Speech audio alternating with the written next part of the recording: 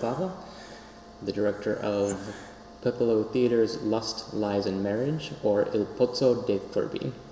Today is March 29th, 2008. This is Antonio's last full day in Chicago. Where are you flying tomorrow? Where? Where it's possible to change the climate. Honolulu. What are you doing there? With the University of Honolulu. Workshops and the play, my play, Pulcinella's War. With me is Merve Engin. We play together in this Pulcinellata. That is definitively international because it's performed everywhere in the world. Say more about Pulcinella's War.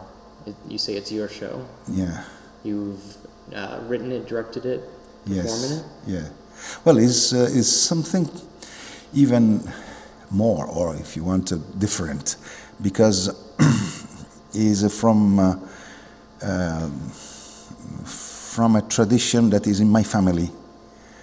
The arguments, the certain scenes, certain solos especially, because we alternate also solos with scenes together, are from the repertoire of my father. There was a lot of time ago in the south of Italy, in Calabria, this region of this corresponds with the toe of the form of the shape of Italy. Mm-hmm. He was a Pulcinella, and he was a Pulcinella especially specialized in solos with terrible stories. So stories very, very dark, but in comic form. So it's really a very particular style. I developed this in this work, Pulcinella's War. So of course it's something written and directed, but is also something that is moving in the time. Yes.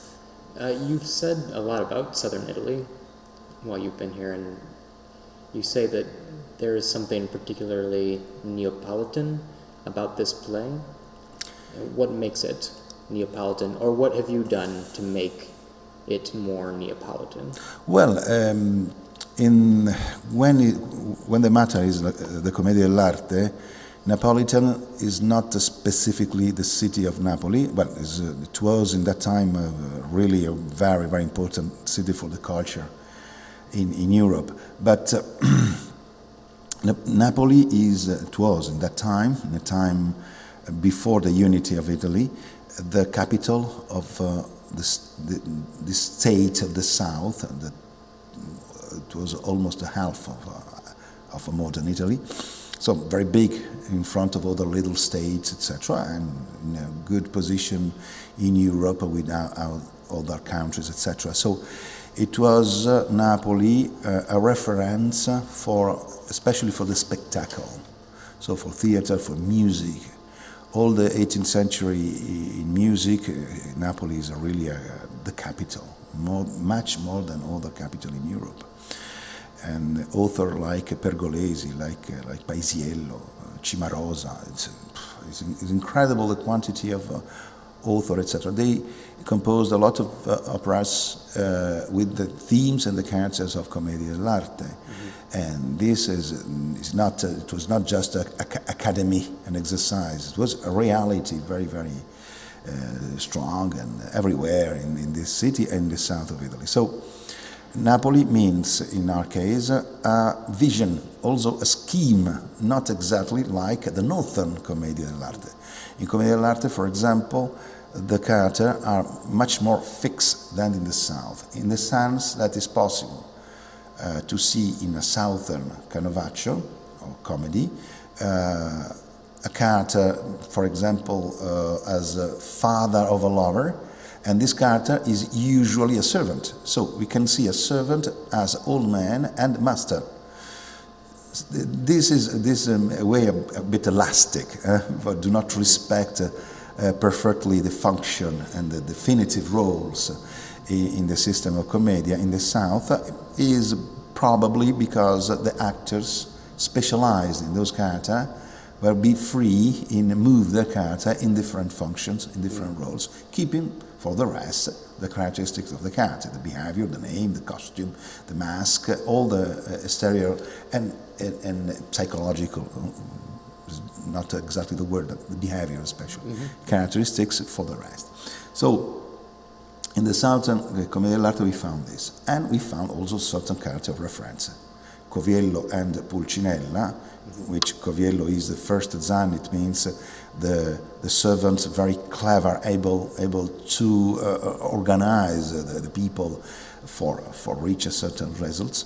And the second Zanni, in this case is Pulcinella, is the stupid, if you want, but not so stupid finally, but able to follow the boss, that is the first Zanni, and together they create the situation, etc. In the Northern Commedia, this scheme is respected 100%, never change. In Southern Commedia, this scheme can change because they can be master, they can be young, they can be old, etc. But the two characters, Coviello and Pulcinella, especially in this collection, Casamarciana, are in all comedies. And these characters are, in our tradition, is something that I know directly, because also the language, the dialect of the south of Italy, very, very rich in expression, in colors, in sounds. Because immediately loved by the audience since the beginning, at the end of the 16th century, these characters are something so strong that characterize the style. And we did something like this with Last Lies in Marriage. Great.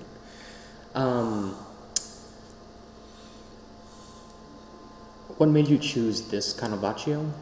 Out of all the Casamarciano Canovacci that were in that that stack of documents that we have, why Il Pozzo Incantato? Why this Canovaccio? Okay, Sì. sorry. Because there is this symbol that is the well. Is a very, very strong symbol. In the Canovaccio, in the original Canovaccio, is just for an episode. Mm-hmm. The episode of Pulcinella is victim of a clever one. This is a thief, and it's a victim, and he, with a trick, this thief can steal the money of Pulcinella. This is just the episode. So the well is the place in which there is something very precious. So Pulcinella enter, and the thief can take the money that stay out.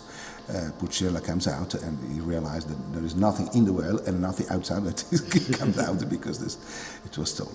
So this episode gives the title in the original, and it also is isolated. It's especially for show who is Pulcinella. It can be very clever in certain time, but also extremely stupid, and with this tendency to believe to all the people for anything. Mm-hmm. But the symbol, I thought, is very strong.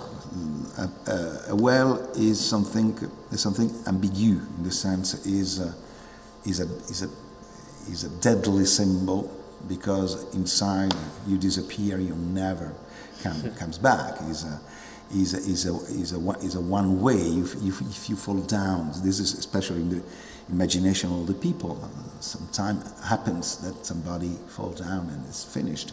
So well, is really something that like a mouth that eats you and puts you inside of the earth where there are monsters or horrible creatures, etc. In case you come back, it's not a resurrection. You come back transformed. You're a monster. You're a zombie. You're a no dead, no living people. So it's really something that evocates all this kind of things, and also is important because there is maybe the most precious element for the surviving, the water. So if you need water, you must have this relation with the terrible thing, so dark, so deep, that is the well. So a symbol like this, in the imagination of all the people, exists. Maybe you don't mind, but is there. Mm-hmm. a symbol like this became in a very comic action like this comedy really the element of reference for understand the comic. The comic is to show the terrible fears and resolve these fears with particular styles and action, etc., transforming the fear in the laughter. When the audience laughs, in that moment the fear is disappeared. So it's something necessary. As much as a terrible, anguishing, or tragical, the symbol of the situation, as much will be comic when, of course, is treated with comic forms, like commedia dell'arte is a comic form. I think that could be very surprising for people to hear about, well, the dark side of commedia. And even though it is, on the surface, it seems like it's light comedy, there are these pathos and is tragedy and loss that lies underneath it. So do you always work this way, with beginning with a canovaccio? Or how do you work most often, or how do you prefer to work? Well, when there is a text before, of course it's different, the work is different, because in this case, canovaccio is the explanation of the play, but without text, without words, without dialogues, etc. So it's necessary to invent with the actors, to invent dialogue, to reach a final text. So maybe the most evident difference between a play of commedia dell'arte and a play of an author is that with an author the text is before. With commedia, the text is a result and with a cooperation. But when it's in principle, when we have a final result, then it is respected. But because the method was the improvisation, the actor is impossible to avoid. They keep open the possibility to correct, to precise, to do better, to invent something more, etc. When the character, the duration, and the story are respected, it's allowed to do like this. You cannot modify your character, you cannot modify the relation with the other characters and the story. You cannot modify, except for a few seconds, the duration of the play. It's not allowed to do this, so respecting these rules, then the rest is possible. Of course, when we work in a text existent before, all is different. And from my point of view, there is a truth in the acting of commedia when we pass through the improvisation that doesn't exist in the theater. Premeditato, we say, when you study the words before because are written before. There is a difference in this sense. When a play like Last Lies and Marriage, giving to the actor the time to find the perfect rhythm, repeating sometime the play will be perfect in this sense, well, the audience can see something very, very stylized, because the masks, because the gesture, etc., but in the same time absolutely natural. Credible because not. And this is because the improvisation used as a method for reaching the results gives, since the beginning, to the actor and to the general rhythm this sense of natural that is not when the actor are forced to repeat the words decided by others. In commedia there is this part of personal contribution in the creation of the play, that the most important aspect is just this facility, this natural, and when they play. Personally, I prefer the effect of the actor natural, but it's not always good what they invent. So it's always necessary to correct, to do a definitive writing, giving a coherence, etc. And in this sense, when I work with a text written before, I feel very light. It became, for me, all became very, very easy.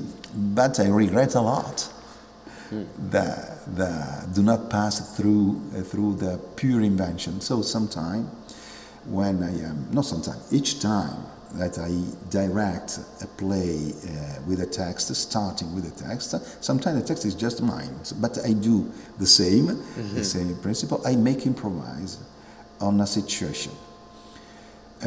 Probably this situation, the results of this improvisation will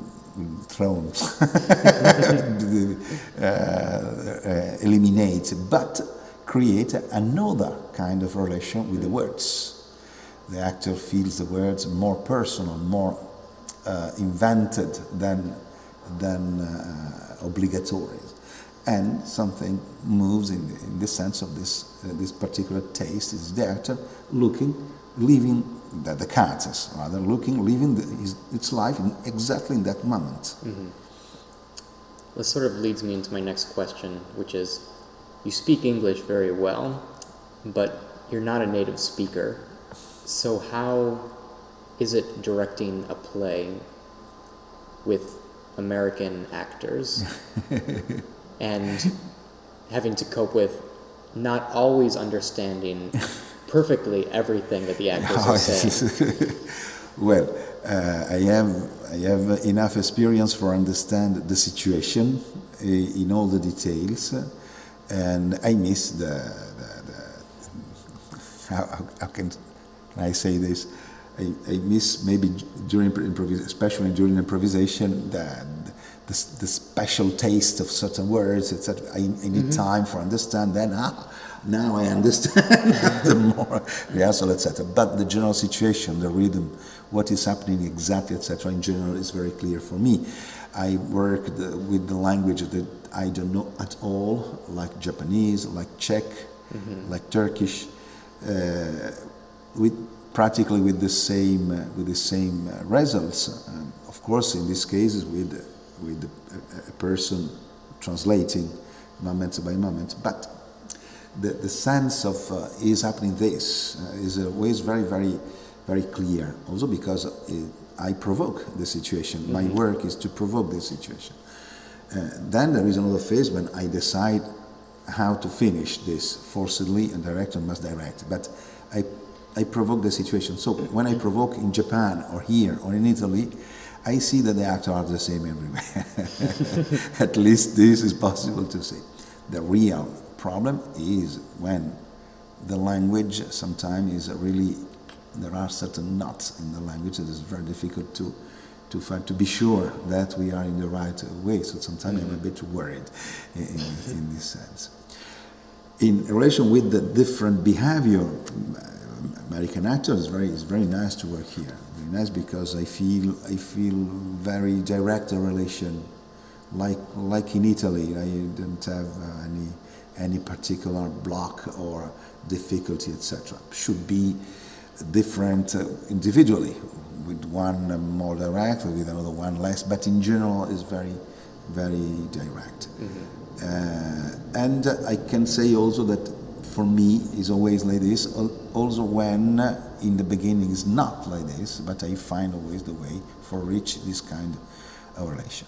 You are the actor and the director, this is clear, no discussion about this, but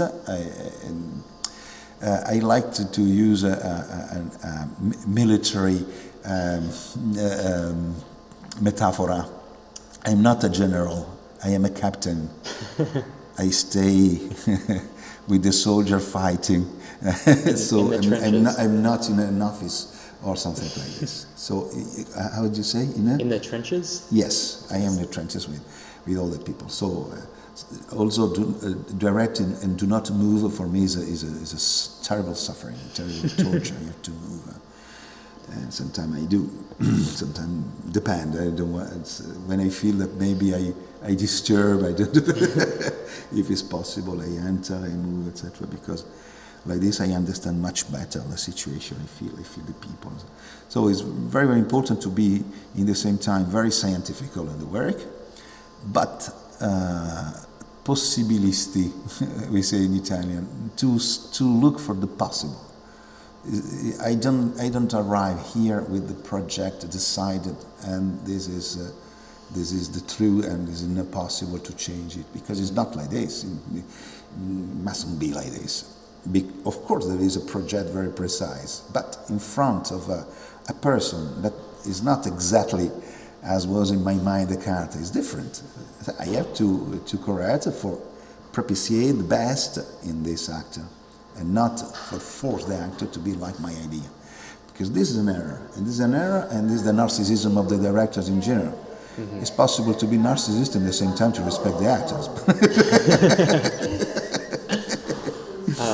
One thing I've noticed about your directing is that sometimes we'll be stuck on a piece of text, and I'll be paying attention to it because I'm paying attention to the script, and I'll see the actors are saying the wrong things in all the wrong order, and I want to give them a note to fix their words, but then you'll get up there and you'll give them a physical note, and once they've got the physical part right, the text just trickles down and ends up in the right place.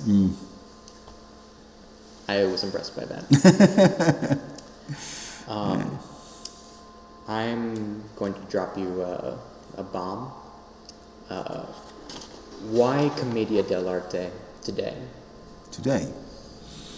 Well, this question is a question that is based, sorry for telling you this, but is based on maybe a mistake, not forcibly a prejudice, but maybe a mistake, because the commedia art is never finished. There are historians that insist about this, but it's never finished. I can tell just this very little story that maybe is enough for know that the commedia dell'arte is in perfect continuity. Great. My father was a Pulcinella, and he didn't know, he never know where he was from, because it's not another father. It was in the fact. And when he told me about this past, he said, no, it was like this. It was another. It was the Pulcinella. It was the Pulcinella of the city. It was really this, like the mayor, like the police. So the Pulcinella, like a function in the community. Right, the town crier or the... Yes. It's something completely, totally disappeared today. So he passed him this a knowledge, a series of things that then my father learned and reinvented, but in the same time keeping exactly the continuity.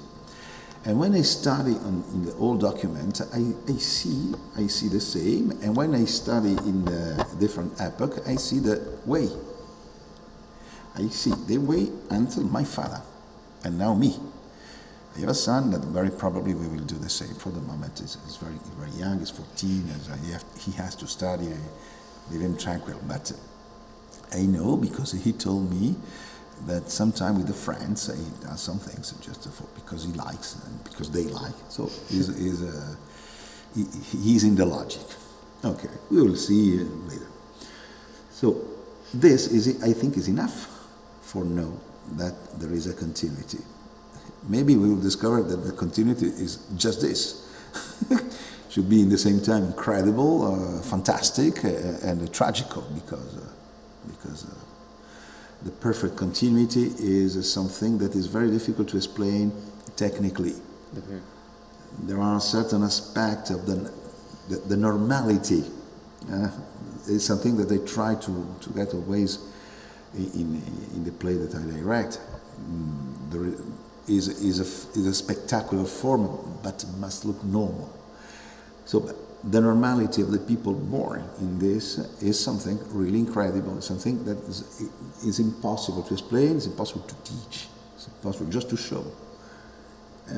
So this kind of normality with very, very different personalities, styles, etc., is something that's still existing in my country, I'm sure, especially in the south, but also in the north of Italy, still existing. Sometimes it's a bit strange because you see also something is too old, so, which is the problem.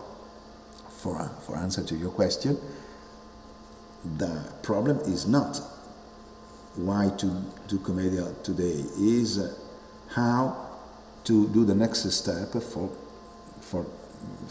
continue, for do not finish now. And probably in this kind of work that there are the elements to foresee the continuation. A play like this doesn't look old, look perfectly modern. It's not because there are historical costume or historical names or historical precedent of this that is old. No, because the rhythm, the sensibility in relation with the audience, this particular atmosphere is created in a real dialogue with the audience is really modern. There are modern rhythm and modern atmosphere. In this sense, the commedia is in continuation. If we do the same play with modern costume, for example, maybe we lose the little poetry that is from the past, but it will be exactly the same, the same play, because it's modern. Great. Last question, I think. Yes. Could you just say a few words about Piccolo Theatre?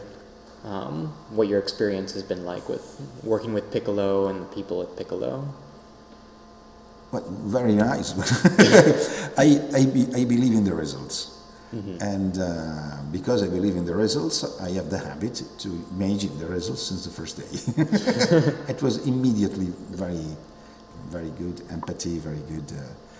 I was a bit worried because my language is sometimes suspended in a neutral region. I need time for understand all, etc., etc. But well, it's like this.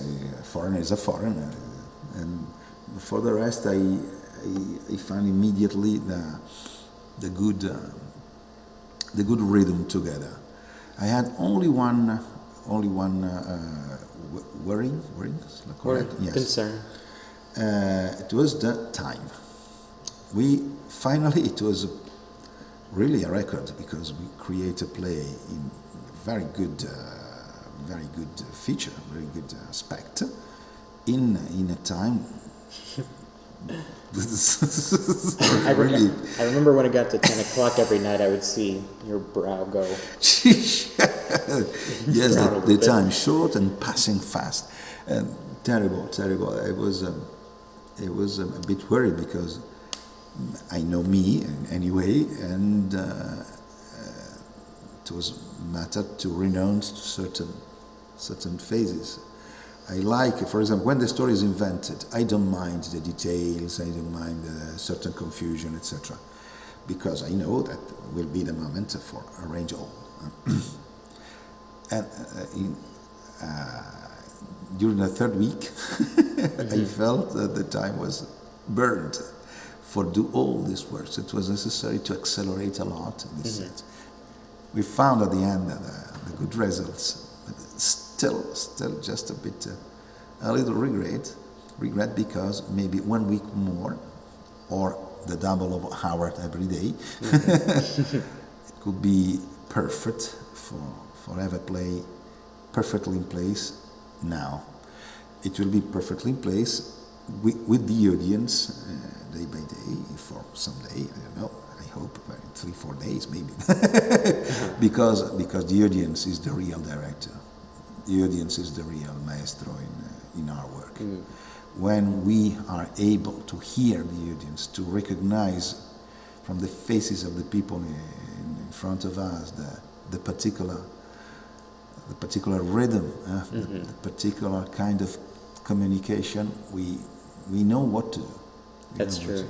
You can see the actors in these previews finally understand how to do one rhythm or one lazzo just by having the audience there. It all falls into place. Including some act of generosity, like the jump. Right, the jump that we'll always remember. We've learned a lot from you being here. Have you learned anything from Piccolo? Even if it's just to wear a warmer coat? I learned a lot.